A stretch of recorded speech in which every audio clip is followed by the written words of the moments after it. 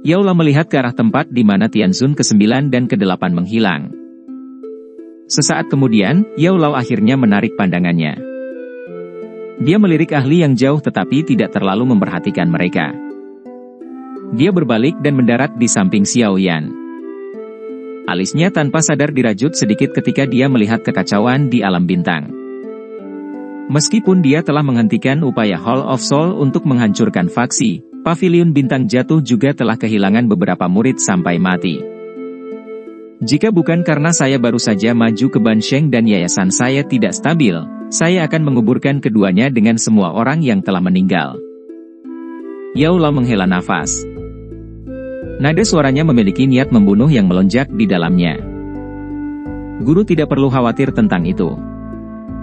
Jika bukan karena campur tangan Anda hari ini, kemungkinan Paviliun Bintang Jatuh akan benar-benar menderita bencana besar hari ini. Kata Xiao Yan sambil tersenyum. Itu semua berkat dirimu. Jika tidak, lupakan Bansheng, bahkan memulihkan kekuatan puncak saya akan sangat sulit. Kata Yao Lao sambil tersenyum. Senyumannya cukup bahagia. Orang tua, selamat. Selama Yao Lao mengobrol dengan Xiao Yan, Feng Zunze juga memimpin yang lain untuk bergegas mendekat. Dia menangkupkan tangannya ke arah Yao Lao dari jarak yang sangat jauh dan berkata. Yao Lao dengan tersenyum menggelengkan kepalanya. Dia berbicara dengan lembut, berikan instruksi untuk membereskan kekacauan ini. Sepertinya Hall of Soul tidak akan berani datang dan menyerang lagi dengan mudah. Feng Zunze mengangguk. Dengan hadiah elit Bansheng, kemungkinan Hall of Soul juga akan mengerti bahwa tidak ada gunanya seorang ahli biasa datang. Ketika datang ke ahli kelas Bansheng, kemungkinan bahkan Hall of Soul tidak bisa begitu saja mengirim mereka seperti yang diinginkan. Cukup banyak mata-mata dari berbagai faksi telah datang hari ini. Mungkin tidak lama lagi berita bahwa Anda telah mencapai kelas Bansheng menyebar ke seluruh dataran tengah. Ini bukan kesempatan yang buruk.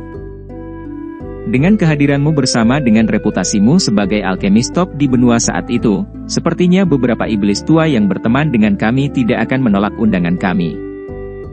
Feng Zunze menyuarakan pikirannya. Yao Lao sedikit mengangguk. Fondasi Paviliun Bintang Jatuh terlalu dangkal.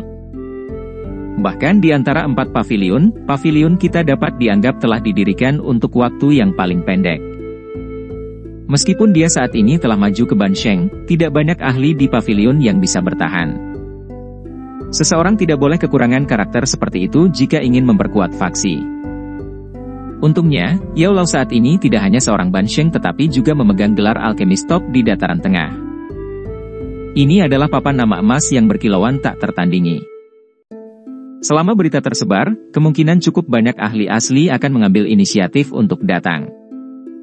Pada saat itu, Paviliun Bintang Jatuh benar-benar dapat dianggap diperkuat secara mental dan finansial. Setelah Hall of Soul ditarik mundur, Paviliun Bintang Jatuh, yang mengalami pertempuran besar yang intens secara bertahap menjadi damai selama hari-hari berikutnya. Selama kedamaian ini, dataran tengah berubah menjadi keributan besar karena Paviliun Bintang Jatuh telah menghasilkan Bansheng. Semua orang mengerti apa yang diwakili oleh seorang elit Bansheng. Ahli semacam ini adalah sesuatu yang bahkan Menara Pil tidak memiliki permukaan. Hanya pada poin ini saja, itu sudah cukup untuk memperkuat reputasi Paviliun Bintang Jatuh. Ini terutama terjadi ketika semua orang tahu bahwa elit Bansheng ini juga alkemis top di benua itu. Reputasi semacam ini diperbesar tanpa batas. Oleh karena itu, Paviliun Bintang Jatuh tiba-tiba menjadi hidup setelah 3 hari damai. Para pemimpin dari berbagai faksi dan beberapa ahli dari generasi yang lebih tua berkumpul. Tak terhitung banyaknya orang datang berkunjung setiap hari. Pemandangan ini benar-benar berbeda dari saat pintu mereka kosong di masa lalu. Di tengah keaktifan ini, beberapa ahli yang pernah menjalin hubungan dengan Yao Lao dan Feng Zunze juga akhirnya menerima undangan untuk menjadi tamu penatua dari Paviliun Bintang Jatuh. Meskipun nama ini agak kosong, mereka memang ditarik ke perahu yang sama dengan Paviliun Bintang Jatuh. Sementara seluruh Paviliun Bintang Jatuh sibuk dan hidup, Xiao Yan tidak banyak berpartisipasi dalam kegiatan. Dia tidak pernah menyukai interaksi semacam ini. Oleh karena itu, hari setelah kemunduran Hall of Soul, dia memilih untuk melakukan retret di Menara Batu di Gunung Belakang untuk berlatih. Meskipun dengan usia Xiao Yan, dia sudah dianggap luar biasa di antara orang-orang luar biasa dari generasinya dengan memiliki kekuatan seperti itu tidak cukup untuk memuaskannya. Dengan interaksinya yang meningkat dengan aula jiwa, dia juga mulai merasakan betapa menakutkannya faksi ini. Kekuatan Douzun Bintang 2 tidak memberinya kualifikasi untuk bertarung dengan mereka. Meskipun Pavilion Bintang jatuh menjadi lebih kuat di bawah manajemen Yao Lao untuk menjadi dukungan kuat Xiao Yan juga mengerti bahwa ada beberapa hal yang masih harus dia andalkan sendiri. Karenanya, dia tidak berani malas dalam hal pelatihan. Xiao Yan, yang duduk di platform batu di puncak menara batu perlahan menghembuskan napas. Mata tertutupnya juga perlahan terbuka. Senyuman muncul di wajahnya saat dia merasakan Douki yang melonjak memenuhi tubuhnya. Sudahkah kamu terbangun? Senyuman baru saja muncul ketika tawa hangat terdengar dari samping. Xiao Yan mengalihkan pandangannya, hanya untuk melihat Yao Lao berdiri di jendela batu menara batu dengan tangan di belakangnya. Wajahnya penuh senyum. "Guru, kenapa kamu datang?" Xiao Yan terkejut saat melihat ini. Dia buru-buru berdiri dan menyapanya. "Feng Tua lebih baik dariku dalam hal-hal itu. Seperti Anda, saya tidak terlalu menyukai hal-hal seperti itu. Namun, setelah menderita kekalahan terakhir kali, aku harus membentuk faksi yang cukup kuat kali ini, terlepas dari betapa aku tidak menyukainya," kata Yao Lao sambil tersenyum. Xiao Yan tersenyum. Dia tampaknya telah mengingat sesuatu dan jarinya mengusap cincin hitam gelap itu. Setelah itu, dia melepasnya dan melemparkannya ke arah Yao Lao. Dia berkata, "Guru, karena kamu telah dihidupkan kembali, inilah saatnya benda ini kembali ke pemiliknya." Yao Lao kaget saat melihat cincin hitam pekat yang melayang di depannya. Emosi kerinduan terungkap di matanya. Jari-jarinya mengusap cincin itu. Sesaat kemudian, dia berkata, "Semua hal yang telah guru pelajari dalam hidup saya telah ditinggalkan seluruhnya di dalam ring ini. Arus Anda kemungkinan besar sudah mempelajari sebagian besar darinya. Dari sudut pandang tertentu, Anda telah mencapai kualifikasi untuk meninggalkan guru. Menyimpan benda-benda ini memang tidak akan berguna lagi bagimu." Yao Lao mengenakan cincin hitam di jarinya. Segera, dia mengubah topik dan tertawa, "Namun, ada sesuatu yang sangat berguna bagimu." Jari Yao Lao dengan lembut menekan cincin hitam gelap setelah kata-katanya terdengar. Sekelompok api putih pekat perlahan melengkung dan naik. Akhirnya itu ditangguhkan di depan Yao Lao. Itu mengejutkan api pendinginan tulang. "Guru?" Xiao Yan terkejut saat melihat ini. "Anda berlatih mantra api. Api surgawi bahkan lebih penting bagi Anda. Sekarang setelah saya maju ke Bansheng, api pendingin tulang ini tidak lagi berguna bagi saya." Mata lembut Yao Lao melihat ke arah Xiao Yan saat dia berkata, "Guru harus berhenti membodohi saya. Sekarang, saya bukan lagi pemuda bodoh sejak dulu. Tidak mungkin bagiku untuk mengambil api dingin tulang ini." Xiao Yan tersenyum pahit dan menggelengkan kepalanya. Api surgawi jelas merupakan senjata ampuh untuk seorang alkemis. Meskipun Yao Lao telah menjadi Bansheng, memiliki api dingin tulang akan seperti menambahkan sayap pada harimau. Apa yang disebut tidak lagi berguna, sama sekali tidak masuk akal. Yao Lao menggeleng tak berdaya saat mendengar ini. Hatinya berkata bahwa anak muda ini bukan lagi orang biasa dari dulu. Namun, ini tidak membuatnya meninggalkan keputusannya. Segera, dia mengabaikan Xiao Yan dan dengan lembut meletakkan jarinya di atas gugus api dingin tulang. Yang terakhir segera bergetar hebat. Sesaat kemudian, guncangan berhenti. Pucat muncul di wajah Yao Lao. "Anak kecil, saya telah menghapus jejak spiritual di api dingin tulang. Namun, api pendingin tulang ini telah saya perbaiki selama bertahun-tahun. Meskipun jejak spiritual telah dihilangkan, itu masih memiliki perlawanan yang cukup besar terhadap Anda. Oleh karena itu, Anda tidak akan dapat menggunakan mantra api untuk memurnikan dan menelannya dalam waktu singkat. Jika tidak, kemungkinan besar Anda akan mendapatkan serangan balasannya. Tangan Yao dengan lembut mengusap api dingin tulang. Setelah itu, dia sedikit tersenyum. Dia menjentikan jarinya dan yang terakhir dengan lembut melayang ke arah Xiao Yan sebelum ditangguhkan di depannya. Anda harus menanamkan jejak spiritual Anda ke dalamnya sekarang dan menyimpannya dengan benar di dalam tubuh Anda. Ketika tidak lagi memiliki perlawanan terhadap Anda dapat bergabung dengannya. Mata Xiao Yan berubah sedikit merah saat dia melihat sekelompok api putih pekat di depannya. Api dingin tulang ini pasti sesuatu yang telah menemani Yao Lao sejak lama. Namun, dia secara pribadi telah menghapus jejak spiritual saat ini. Dengan kekuatanmu saat ini, kamu mungkin tidak akan melihat lompatan kekuatan yang terlalu menakutkan bahkan jika kamu menelannya. Peringkat api surgawi dari api dingin tulang mungkin sedikit tidak memadai untukmu. Yao Lao agak menyesal. Segera, dia mendesak, baiklah, cepat tanam jejak spiritualmu. Xiao Yan tertawa getir. Sekarang setelah keadaan seperti ini, dia tidak diizinkan untuk menolak lebih lama lagi. Yang bisa dia lakukan hanyalah menutup matanya. Jari-jarinya menyentuh api putih yang pekat dan jejak-jejak spiritual bergerak di sepanjang jarinya sebelum perlahan-lahan memasukinya.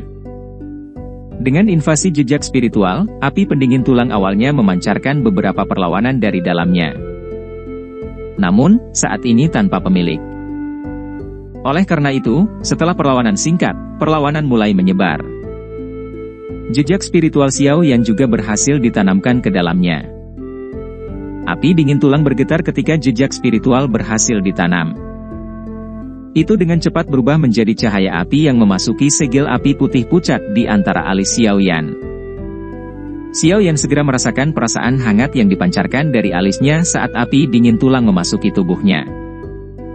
Jika dia dengan hati-hati merasakannya, dia akan menemukan bahwa api dingin tulang hanya bertahan di antara alisnya. Itu tidak menunjukkan tanda-tanda memasuki nadinya dan berkumpul bersama dengan 3000 api teratai hati. Jelas, perlawanannya adalah penyebabnya. Xiao Yan tidak peduli dengan ini. Perlawanan seperti itu cepat atau lambat akan hilang. Itu hanya masalah waktu. Itu benar.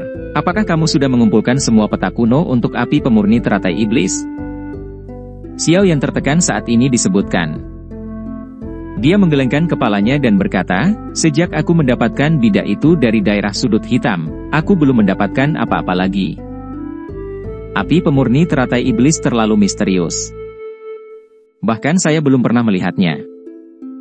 Jika dimungkinkan untuk mendapatkan api surgawi dari peringkat ini, bantuan yang bisa diberikannya kepada Anda jauh dari apa yang bisa dibandingkan dengan api dingin tulang. Saya akan melakukan yang terbaik untuk membantu Anda menanyakannya selama periode waktu ini. Yao Lao menyuarakan pikirannya. Xiao Yan mengangguk sedikit. Oh, itu benar. Ada seorang kenalan yang datang ke pavilion bintang jatuh untuk mencarimu. Apakah Anda ingin bertemu dengannya? Yao Lao tiba-tiba sepertinya teringat sesuatu. Ekspresinya tiba-tiba menjadi sedikit aneh saat dia berkata. Siapa? Xiao Yan kaget saat melihat ekspresi Yao Lao saat ini. Yao Lao berkata dia musuh kecilmu yang dulu. Nalan Yanran. Mendengar nama ini, Xiao Yan sedikit mengernyit. Mengingat karakter Nalan Yanran, dia kemungkinan besar tidak akan datang mencarinya tanpa alasan kecuali. Sesuatu telah terjadi pada Yun Yun. Sosok cantik duduk di kursi dengan cara yang agak terkendali di dalam aula. Wanita itu mengenakan pakaian hijau pucat.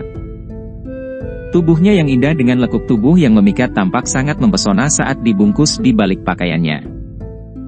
Namun, wajah cantik itu tampak sedikit kuyu jika dibandingkan dengan masa lalu. Mata indah miliknya itu berulang kali menyapu keluar aula saat dia mengambil cangkir teh. Berderak. Sementara dia duduk dengan gelisah, pintu aula yang tertutup rapat perlahan dibuka. Segera, sosok muda yang familiar perlahan masuk. Mata cantik Nalan Yanran memperhatikan pemuda itu, yang telah membuka pintu dan masuk.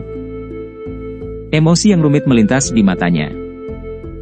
Dia secara alami telah mendengar tentang masalah Xiao Yan di dataran tengah selama tahun-tahun ini.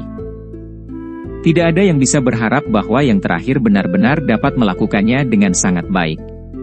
Untuk dirinya sendiri di dataran tengah ini yang dipenuhi dengan banyak ahli setelah mereka berpisah di kolam darah Gunung Surgawi saat itu. Meskipun hatinya memiliki kepahitan yang tidak diketahui, Nalan Yanran dengan cepat menekannya. Saat ini dia juga bukan lagi gadis yang sentimental. Dia jelas menyadari betapa besar jarak yang dia miliki dengan Xiao Yan sekarang. Semua kesombongannya di masa lalu sama sekali tidak berguna di depan pria ini. Apakah kamu tidak apa-apa? Kamu sudah pergi ketika aku keluar dari kolam darah Gunung Surgawi saat itu. Xiao Yan berjalan ke aula. Dia melihat wajah Kuyu sebelum mendesah di dalam hatinya dan dengan lembut bertanya. Aye, aku punya sesuatu untuk dilakukan saat itu. Oleh karena itu, saya tidak dapat tinggal lama. Nalan Yanran mengangguk. Untuk beberapa alasan yang tidak diketahui, hatinya sebenarnya merasa sedikit cemas saat berbicara dengan Xiao Yan. Jenis kecemasan ini kemungkinan besar berasal dari status dan kekuatan mereka saat ini. Masalah Ban Sheng yang muncul di pavilion bintang jatuh telah menyebar dengan liar di dataran tengah.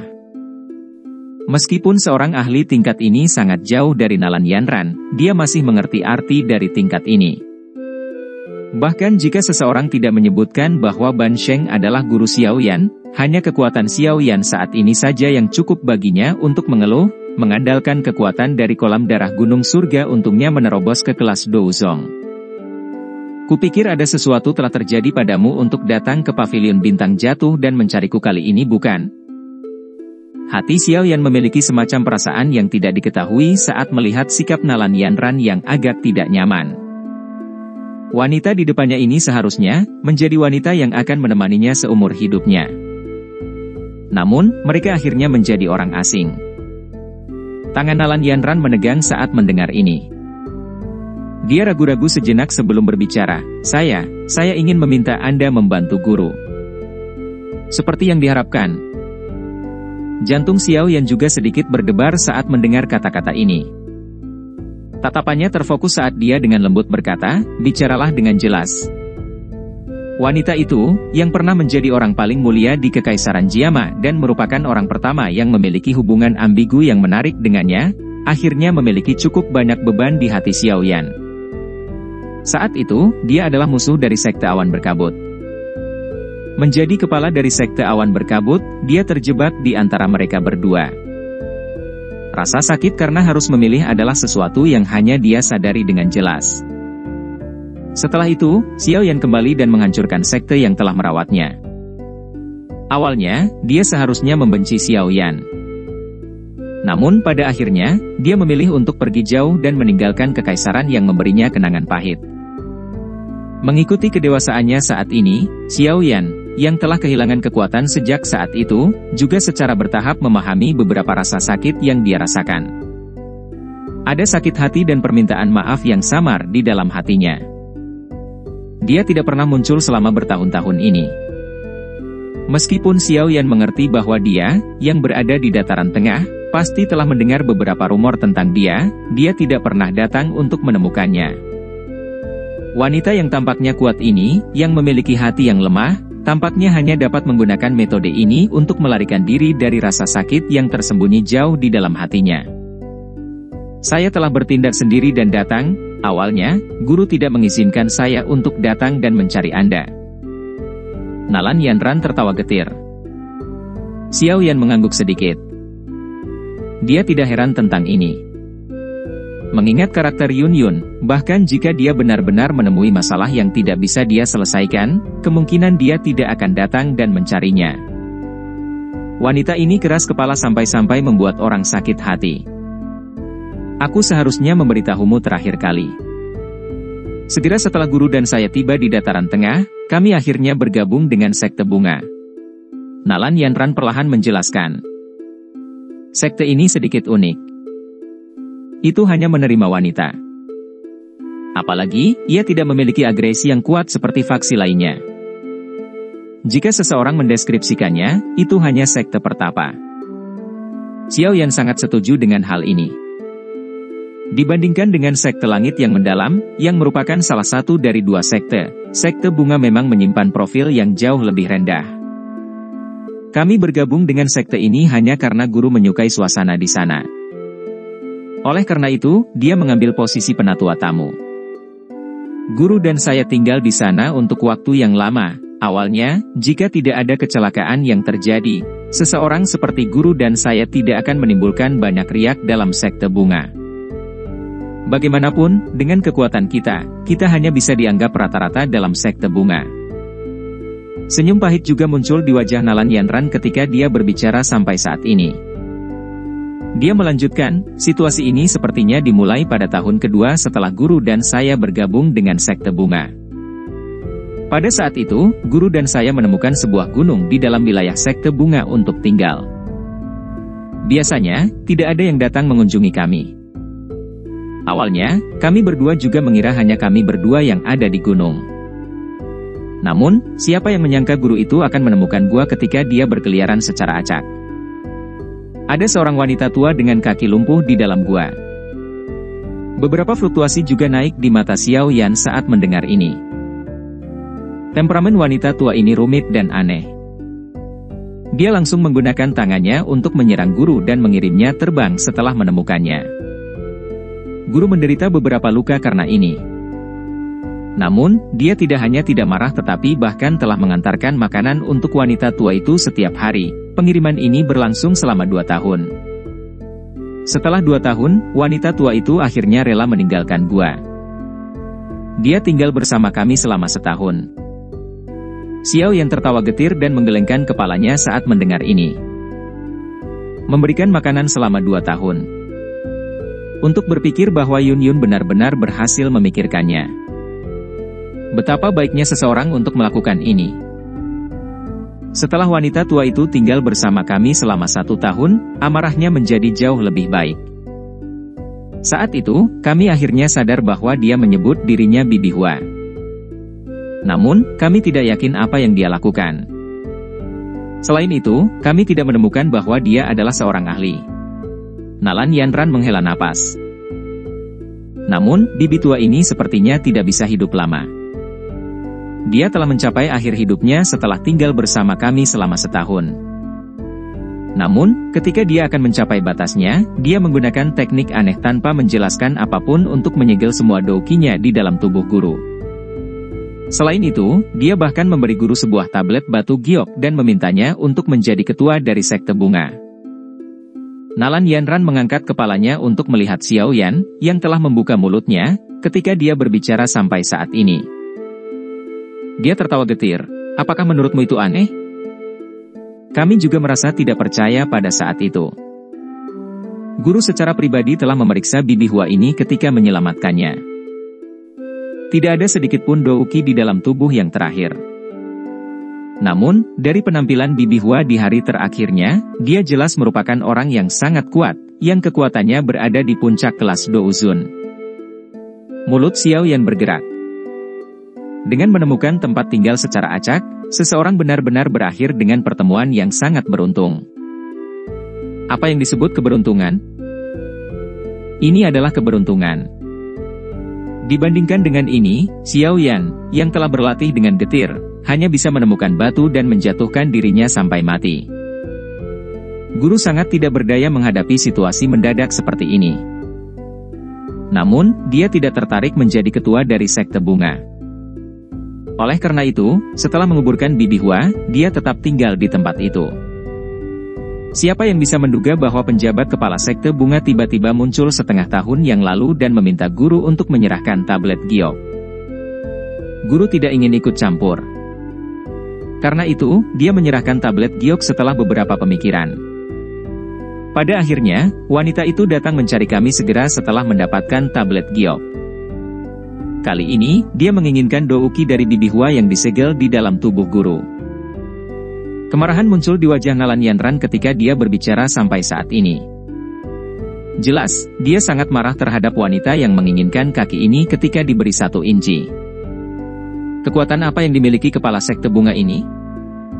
Xiao Yan bertanya. Dia hanya kepala penjabat. Namun, dia juga memiliki kekuatan bintang 4 Do Uzun. Namun, orang yang merepotkan untuk dihadapi bukanlah dia. Sebaliknya, itu adalah teman prianya, Yao Hualiangjun. Orang ini memiliki kekuatan bintang 6 Do Uzun. Kata Nalan Yanran tanpa daya. Do Uzun bintang 6 jari Xiao Yan dengan lembut mengetuk meja. Sekte bunga memang layak menjadi salah satu dari 2 sekte. Bintang 6 Do Uzun bisa dianggap cukup hebat bahkan di seluruh dataran tengah. Yun Yun telah mendapatkan warisan dari Bibi Hua tapi dia bukan tandingan keduanya. Xiao Yan berbicara dengan terkejut. Bagaimana guru bisa memperbaiki jumlah douki yang sangat besar dalam waktu singkat? Nalan Yanran tertawa getir dan berkata, saat ini, segel itu sudah menyatu dengan tubuh guru. Jika seseorang mengeluarkannya, itu pasti akan merenggut nyawa guru. Wanita jahat itu dengan jelas bermaksud untuk mengambil nyawa guru. Untungnya, Bibi Hua tampaknya telah mengatur sesuatu ketika dia masih hidup. Oleh karena itu, cukup banyak sesepuh berdiri di sisi guru. Makanya, wanita itu tidak berani merebutnya dengan paksa. Namun, dia sudah mengeluarkan taruhan dan ingin bertanding dengan guru. Awalnya harus dianggap adil jika itu adalah pertandingan. Namun, sekte bunga memiliki semacam aturan yang aneh. Aturannya adalah bahwa pria dan wanita dapat melawan lawan bersama-sama. Dengan kata lain, wanita itu bisa bertarung bersama dengan Yao Hualiangjun. Nalan Yanran tertawa getir. Berjuang bersama. Xiao Yan mengerutkan alisnya sedikit saat mendengar ini. Bintang 4 Do Uzun dan bintang 6 Do Uzun. Ini benar-benar penindasan. Guru sudah menyetujui pertandingan ini. Saya pikir dia menjadi kesal karena terus-menerus direcoki. Apakah dia tidak punya otak? Xiao Yan tanpa sadar berteriak dengan marah. Apakah ini tidak membebaskan diri sendiri untuk mati? Nalan Yanran menghela nafas pelan. Matanya yang cantik menatap pria muda di depan, yang wajahnya mengandung jejak amarah.